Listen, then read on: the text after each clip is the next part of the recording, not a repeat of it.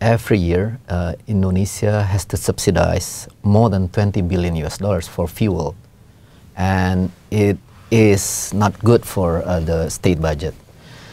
I think the next government, the next administration will take out the subsidy, and then the money will be allocated to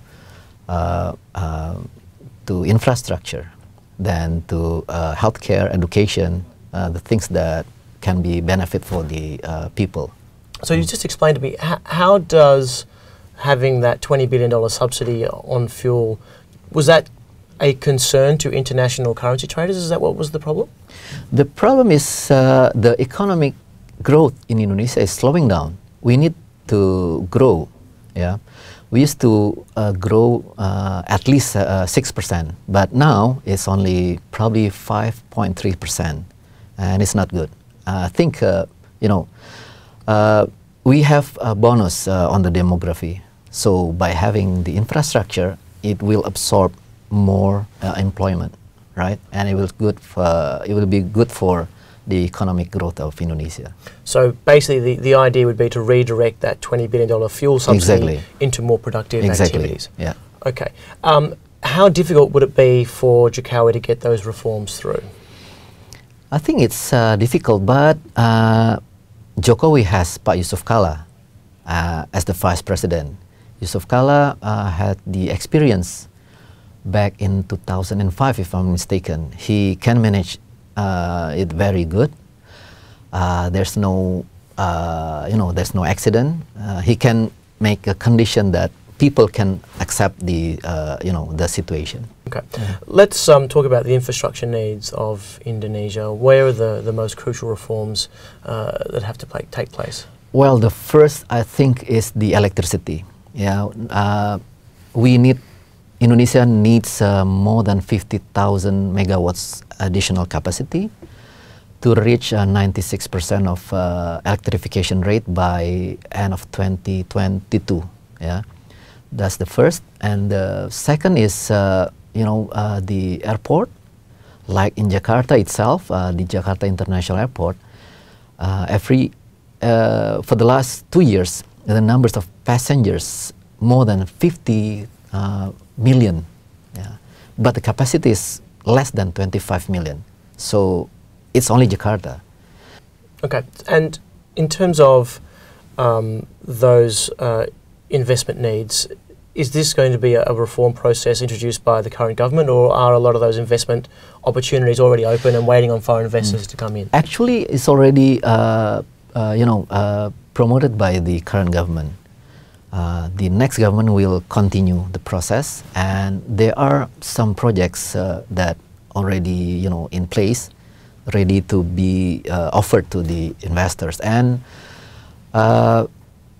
government cannot finance it by themselves. They will invite the private sectors, yeah, both domestic and international. And in terms of the Indonesian consumer, for Australians who are looking to Indonesia as an export market, which has been talked about for a very long time, where are some of the growth areas in the Indonesian economy such that Australians watching this might think, well, where can we redirect our goods?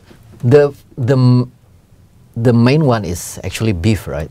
It's still, we still need that, because every year around 7 million people, are entering into the middle income social. Yeah.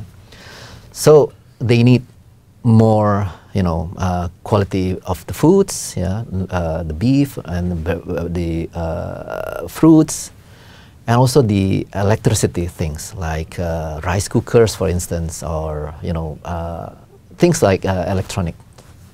Hanif, when it comes to mineral resources, and Indonesia is a very large producer of coal, there is a restriction on exporting raw goods. Do you think that's a good policy? I think for Indonesian benefit, it's good. Yeah, but it's going to be probably painful in the short time, yeah, because there are a lot of investors that already put the money in Indonesia. But for the long term, it's good for everybody, for the Indonesian producers, and also for for the importers outside there. Are you seeing downstream industries starting to develop around those Yeah, resources? the problem in Indonesia is we export raw materials, not only the coal, but also the, you know, the oil, the craft, yeah, the woods. So we need to make it the process in Indonesia. Then it will help a Indonesian to, you know, to enjoy the benefit of the you know, the process, because there's economic growth there. Okay. And is there then the investment is going into those industries to help them? Exactly, exactly. There are a lot of new investment, foreign direct investment in Indonesia. It's like you know, the furniture equipment, and then the the international mall, the big one. They will also open in Indonesia. I mean, what I'm trying to say that there are still the interest of foreign investors to have presence in Indonesia. Mohammed Hanif, thank you very much. Welcome.